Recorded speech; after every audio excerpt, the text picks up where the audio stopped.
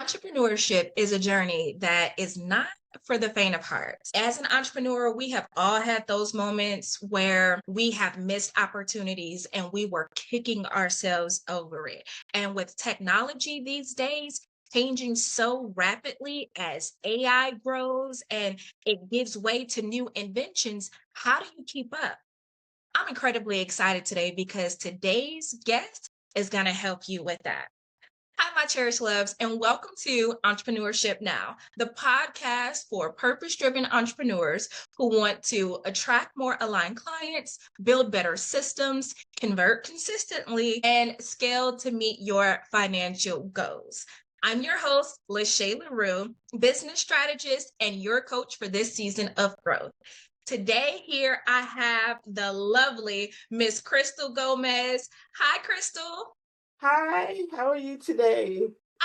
Am so good. She is the owner of a technology consulting firm. And you may be thinking, LaShay, what is that? Well, that's why Miss Crystal is here. Tell the audience a little bit more about your business. Thank you. So, I am Crystal Gomez, small business technology strategist and digital literacy educator. So, what that means in English is that I'm going to hold you by your hand and take you step by step through your journey to implement technology into your everyday processes and systems as a business owner, but also as a consumer. There's still basic skills that we all have to have that no one can do that for you, that it can't be delegated, that, to do this day to day thing we call life. That is so true. And I love that you highlighted the necessity of us having a level of understanding of technology as entrepreneurs. Even if we're in that place of wanting to outsource, I find that it's the exact same even when it comes to marketing. Yes, you can outsource these things, but how do you keep the person you're outsourcing to accountable? You have to have an understanding of what it is that you're outsourcing. So, Crystal, tell me a little bit more about how you got into this industry. That's an interesting story how I got into this industry. I accidentally got hired for a job for a corporation doing training on their products. And I thought, wow, how in the world did I like literally got hired? It's like, okay, now they think I can do this. And I'm pretty good at doing things, but I thought, wow, how am I going to do this? But I figured it out, and you can figure it out too. I did some research, I studied the materials, and mainly I feel that I had faith in myself that I could step up to the plate and could do it. So, as a trainer for a major technology brand, I never thought that this would translate into me having my own business, doing so in a different way, from a different perspective rather. But at the end of the day, it's about teaching people the skills that they need in that particular area, whether it be how do I operate my day-to-day life. I want to pay my bills. I cannot go into the organization or the bank and pay my bill. They tell me to call or point me to a machine or computer in the corner. When I go to the doctor and I want to schedule an appointment, we walk in, and again, they give you a card to say, call this number for scheduling or point you to a terminal in the corner. So it's not just for business owners, it's for consumers. But as a business owner, if we expect to scale and compete with other businesses, we have to do what other businesses are doing, and they're utilizing technology. And think of technology at its core is just a different way of communicating. It really is just a way of communicating. So, as a small business owner, there are many tools that are available for us at low cost. And I wouldn't say free because you're probably already paying for it, but you're not taking advantage of what you have available to you already to start and scale a business. So this is my third business. And post COVID, I thought, okay, how have I launched or recreated myself before? And how I've done that is by networking. So if you're not in front of a client, then you need to go and figure out how to get in front of a client, whether that be networking or making calls or sending emails or texts or whatever you have to do.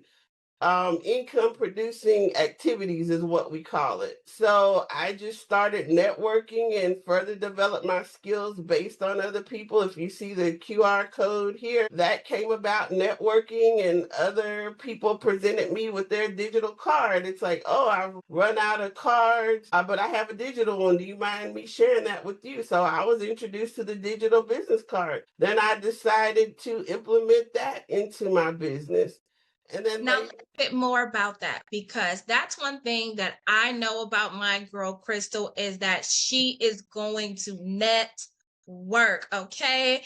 If there is something going on in the city, she definitely knows about it. And 9 times out of 10, she will be there. She has invited me to so many phenomenal events that I have gotten real value from. I want you to walk our audience through the networking process, because I come across a lot of people who kind of in a place where they weren't given a golden spoon, right? Or a silver spoon, I should say. And they don't have this massive network to help them really grow their business. And they know they need to network, but every time they go to a networking event, they really never get anything out of it, right? So share with our audience a little bit more about your process. How do you find these events? How do you get the most out of it? so look for industry specific organizations, and if they're hosting an event, attend that event. And what happens organically is, as you meet people and network, then they will say, hey, I'm going to this event. I think this event would be good for you. Why don't you come with me? And if your first instinct is say, no, do it anyway, because everyone thinks this comes naturally to me. But I think what comes naturally to me is being a Southerner.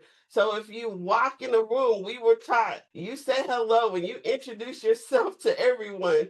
So there are days when I just don't want to be there, but here I am. I don't want to talk to anybody. I just want to be the flower on the wall. But yet you say, okay, how you doing? And as an entrepreneur, we have to do it anyway. So walk into that room, take a look around, introduce yourself. But here's the secret sauce. Do some sleuthing beforehand. Learn about the organization, learn about the key players. And if there's someone that you believe may be in the room, do some research on them so that when you introduce yourself, they won't be a total stranger to you.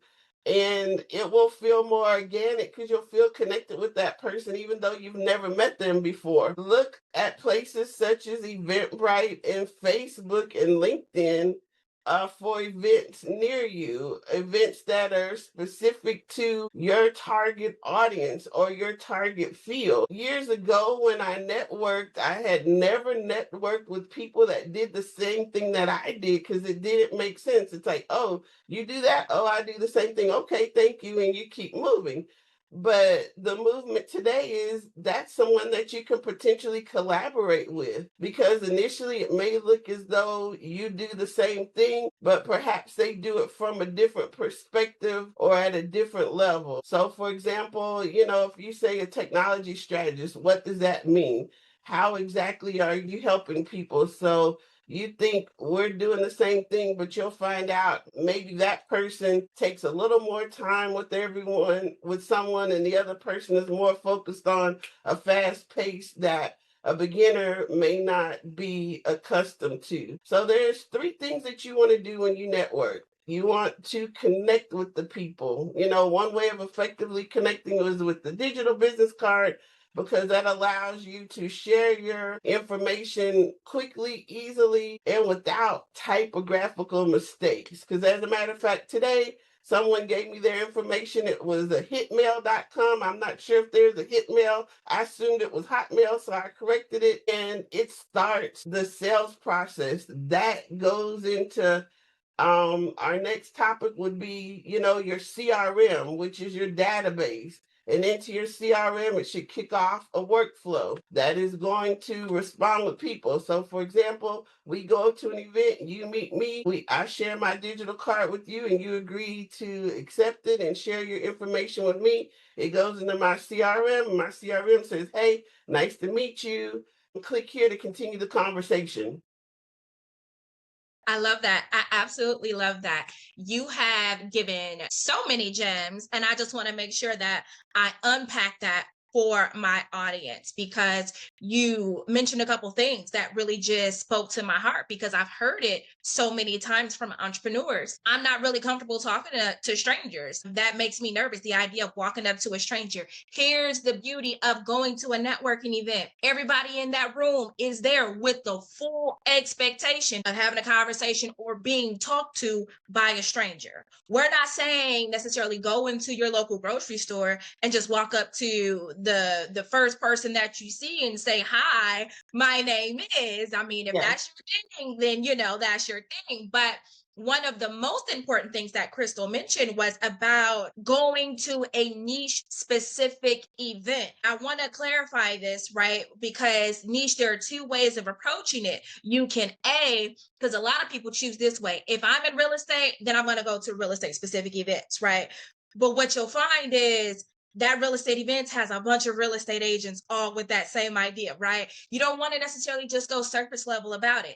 If I'm in real estate and I'm a real estate agent and I sell $1 million homes, I'm going to go to an oil and gas networking event. Why? Because oil and gas got that $1 million money to be able to buy those $1 million properties, right? And I'm going to show up there and see who in that room can I be of service to? So there are two ways that you can address it. One, think outside the box, go to the niche specific rooms that have your ideal customers. And then you can also go to your industry specific events, but you go there with a different purpose, right? You go there with the staying up to date on your market. If I go to a real estate event, I'm going to learn about who are the newest builders, what new things are maybe going on a governmental level that can be beneficial to my business or to my current customer clientele, right? Is there a new development that's going on in this particular area where my investors might be interested in starting to buy properties in this area? Those are the types of things that you can only find out from going to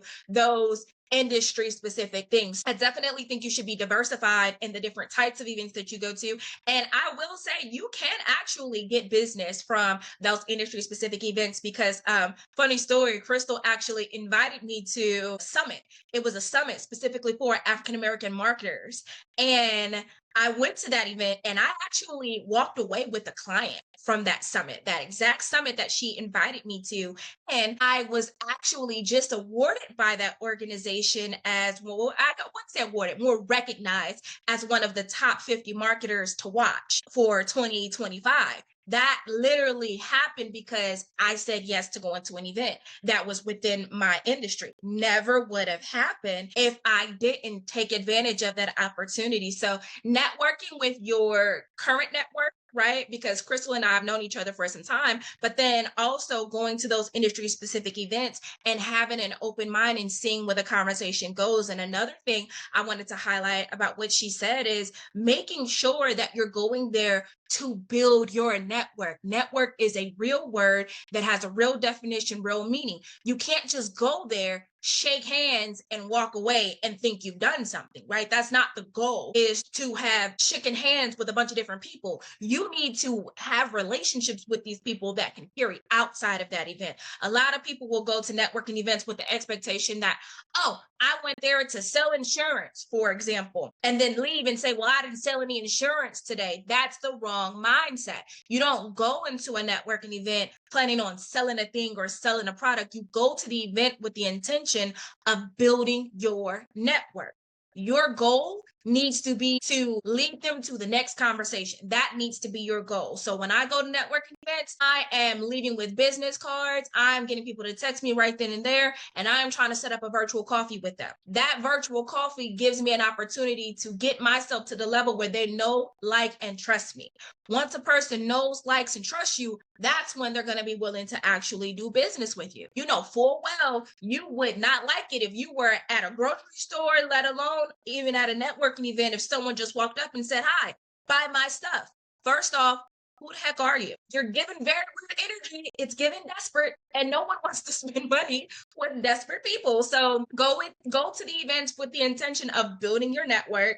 Be very intentional about your networking and make sure that you get that contact information. And then the last thing that I'll just highlight is the technology aspect of it. That's what I want to talk about now, because technology is growing every second. I won't even say every day. I'll say every second. And I know you are known for your ability to kind of integrate these new technologies within your business system. So I'd love for you to tell my audience a little bit more about what are the must-have technologies and automations that they need to have in their business. Yes, I mentioned the three-step process, and that would be connect, follow up, and thirdly, take action. So the connecting is where you're physically or, going to a networking event, or maybe you attend a webinar, virtual coffee, and you gather their contact information, whether it be a paper card or a digital card or a QR code. Now, what are you doing with that information? So you're going to put that digital card, that physical card into your CRM. Your CRM is your database that allows you to connect with people and follow up with them. So you can look at that database, and a CRM should have some basic components. First of all, to follow up, you should be able to have a workflow in there. So again, my process is when you receive my digital business card, you're going to receive an email and a text back saying, "Hey, y'all connected, click here to follow up." So that follow up is asking you to schedule an appointment with me, whether it be in person or virtually, so that we can learn how we can be a resource to one another.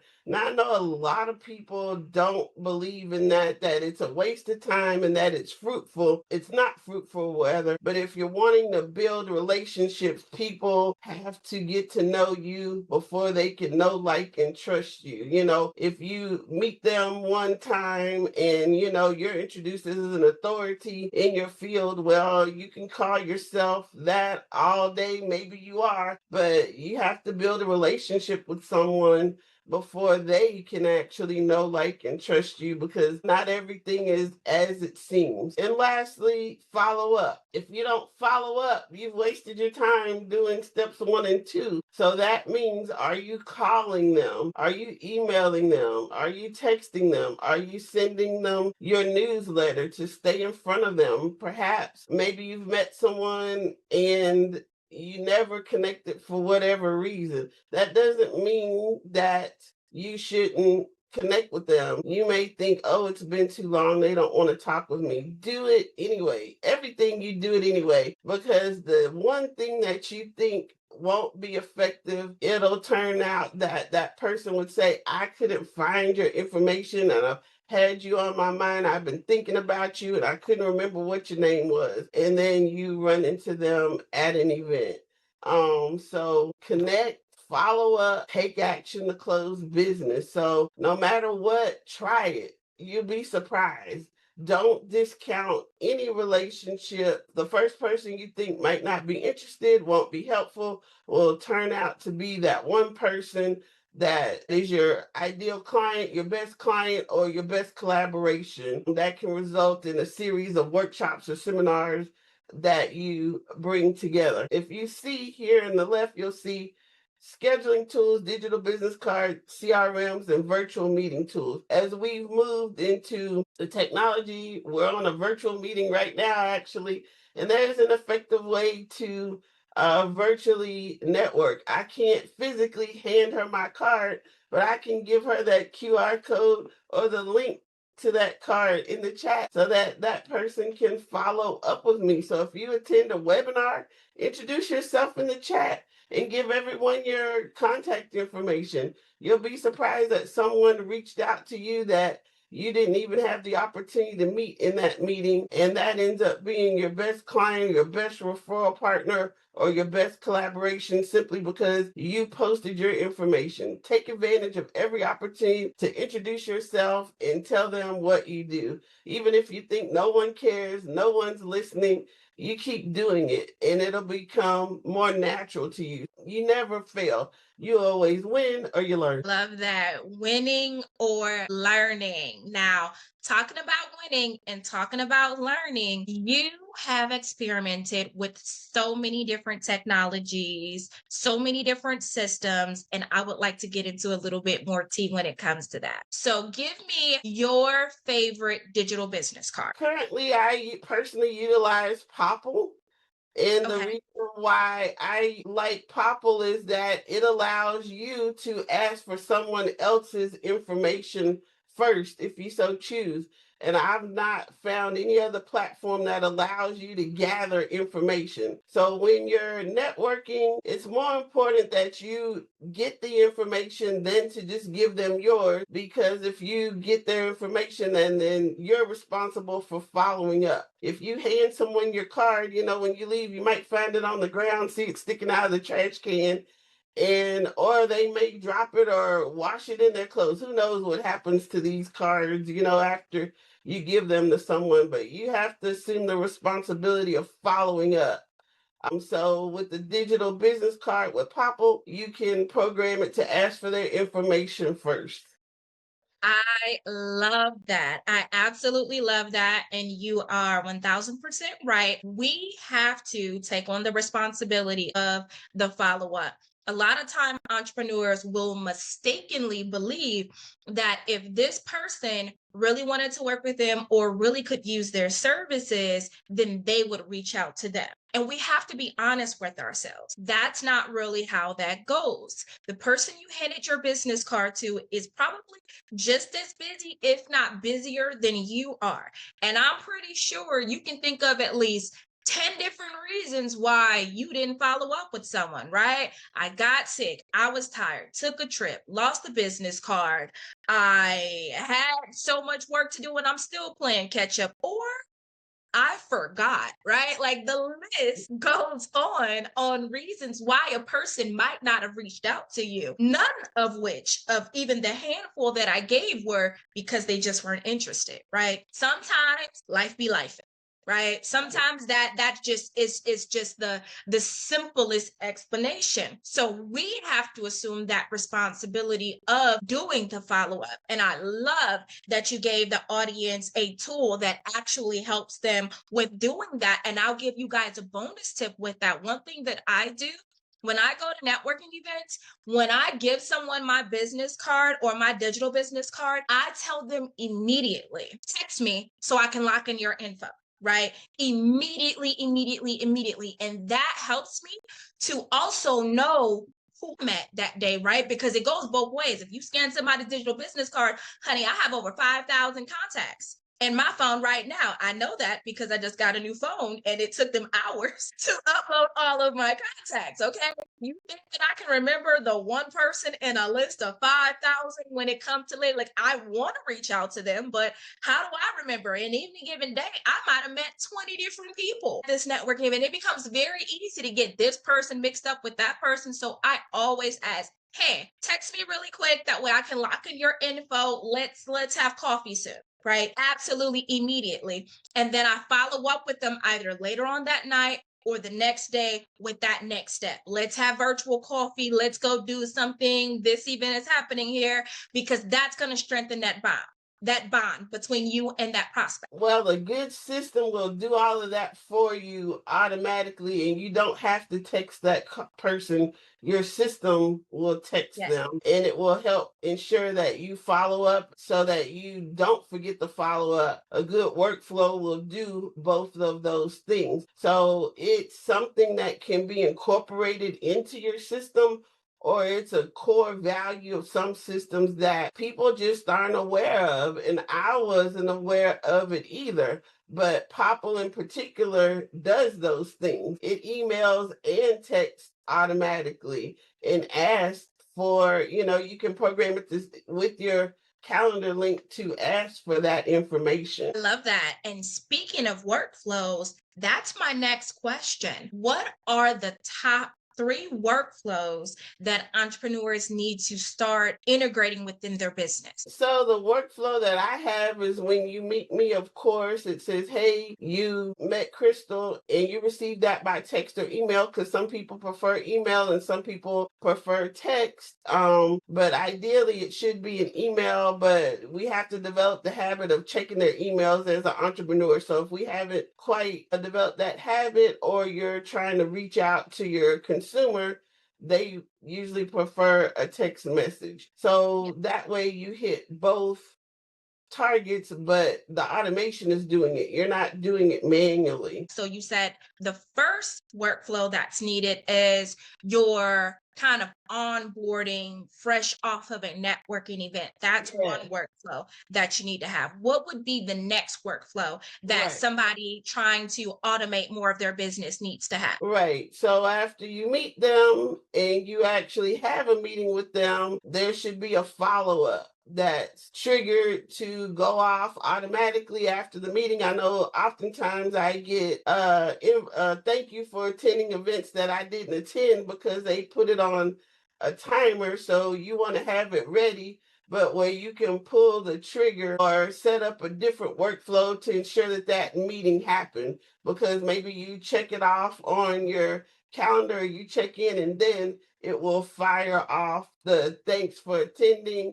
These are the things we talked about, and you want to follow up with them again, encourage them to look at your product or whatever you spoke about. And again, it would include your contact information. You want to include your social media links, and just a third workflow that touches bases with them every 3 months to 6 months. But those are internal reminders to remind you to follow up with them if you're not already sending them a regular communication, such as your newsletter. So if they've already subscribed to your newsletter, then they're getting that information from you. But you should have an internal workflow that tells you, okay, this, you're sending this person these communications and they're not opening them. Maybe you want to try a different method of communication, such as calling or texting them, but it would be an internal workflow that looks at the communication with the person and will remind you to follow up with them further. So maybe they open everything you have. So the workflow would also say they keep up with you, but this is your 6 month checkup to see where they are, because maybe you were needed to implement some things or follow up, and neither one has done it. So that internal notification is just important to remind you. Is also with those automations that are going to go out whether you remember or not. So the first workflow we need to have is for when we're meeting people at these networking events, an onboarding workflow. Then we need to have a workflow for follow up. Once we've met these contacts, we have them in our database. We need to make sure we're regularly reaching out to them. What would be the last workflow that any entrepreneur needs to have if they're wanting to implement more automation? Again, the internal workflow to remind you to do certain things that need that human touch.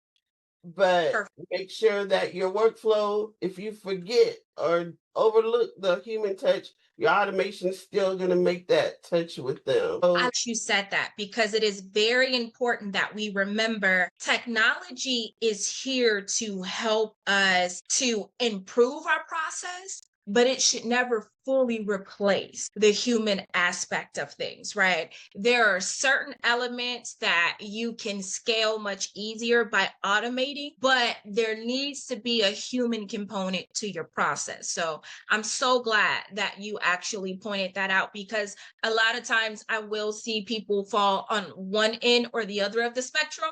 They either are completely terrified of technology and they think computers and AI is going to take over the world, or they're on the other side where they get so excited about automations and workflows and doing these things, and they automate every aspect of their business that their audience is left feeling like a number and not a person. And they haven't actually built that relationship. They've just kind of gone through the motion, and that leaves them with a lack of result. Now, we're talking about this thing called workflows. We're talking about these automations, but I'm sure some of my audience is wondering, okay, that sounds great, but like how? How do I do these things? So I want you to share with the audience what your favorite CRM system is that allows you to create some of these workflows. So the most popular CRMs out there you've probably heard of are Salesforce and HubSpot. Maybe you've heard of other ones such as Monday, Asana. Some of those are more project management than they are CRM, but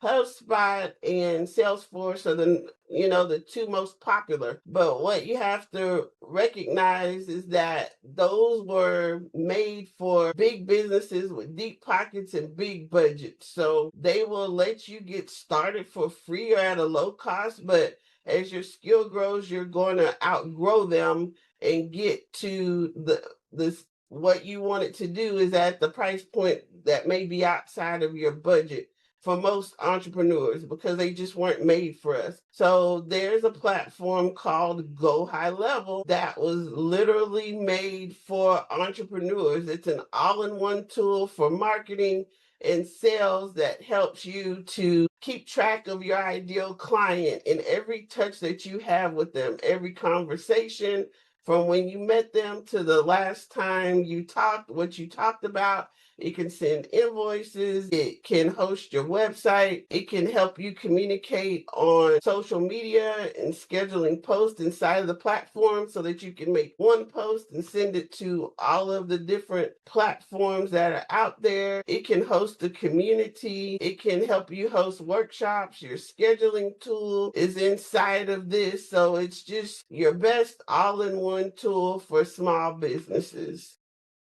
I love Go High Level on everything that I have seen of it and everything that I have heard of it. So you guys definitely make sure you look that up. That was Go High Level. It's a really good software for entrepreneurs. It's constantly growing and evolving, keeping up with the times. They have a really intricate AI component now where you can create agents, and it's so much that it can do. Like I can go on and on and on about that, but I just want you guys to know it is serious business and it is worth you actually looking into. Now, as we go through this process of attracting our clients, building better relationships and systems with them, we also have to convert them. Right? We have to get to the point where we're converting them into customers. And sometimes that can be easier said than done.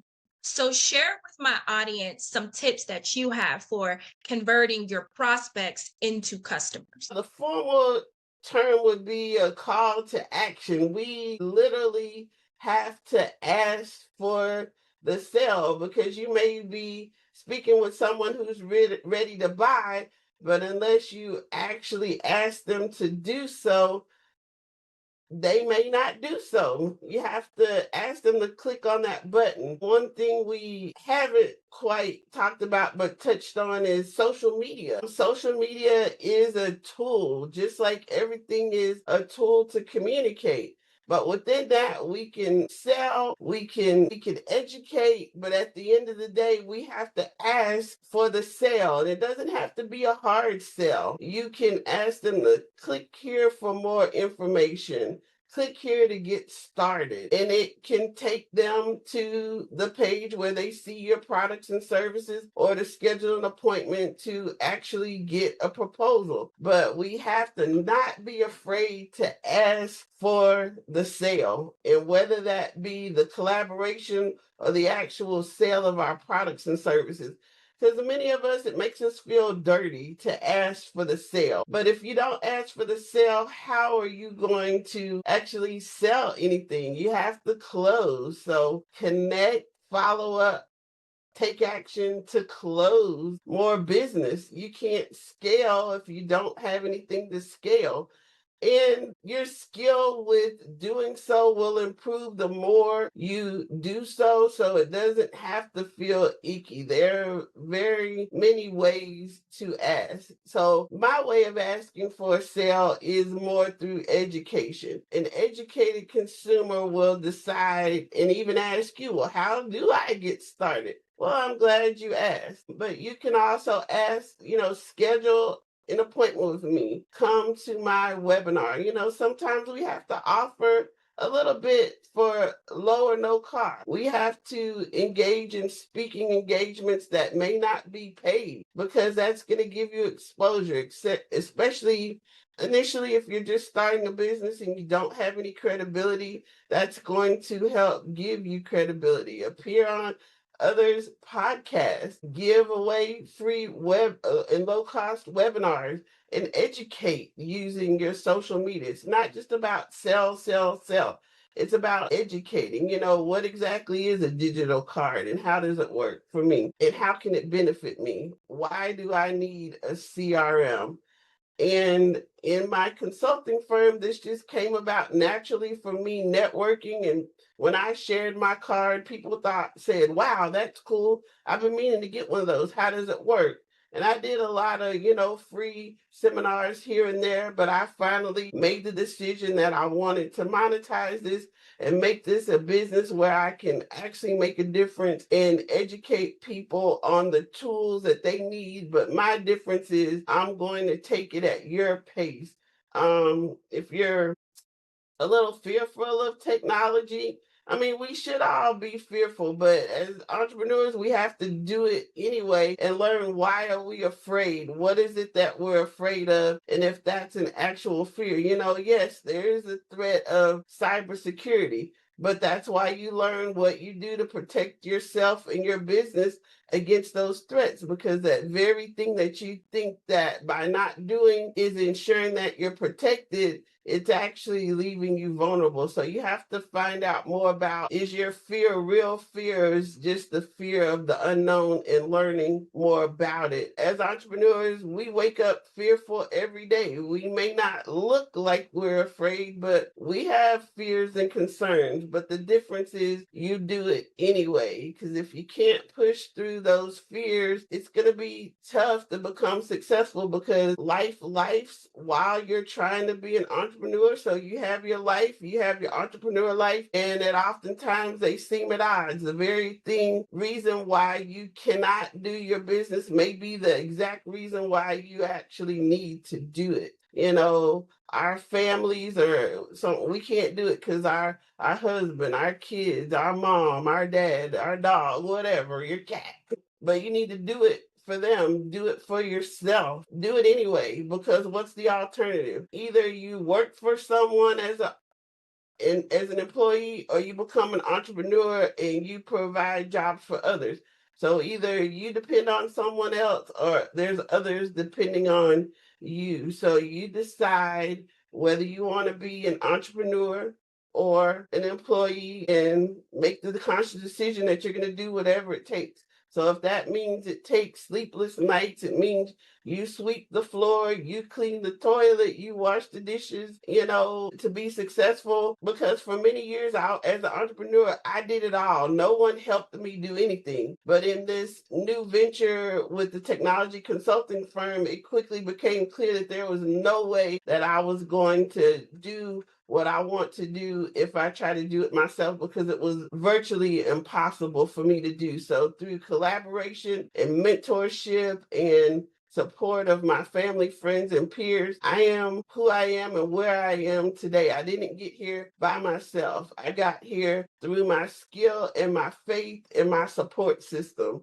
Because on those days where you wake up fearful and you're like, I'm going to throw in the towel, everything, the universe is saying I shouldn't be doing it. The next day, when you get that opportunity that you didn't see coming, you're like, wow, I didn't realize I was right there. And if I would have quit yesterday, I wouldn't have seen this opportunity that I've been given that puts me light years ahead of where I thought I would ever be. And that's the power of also building relationships. Do it anyway. Say it again for the people in the back.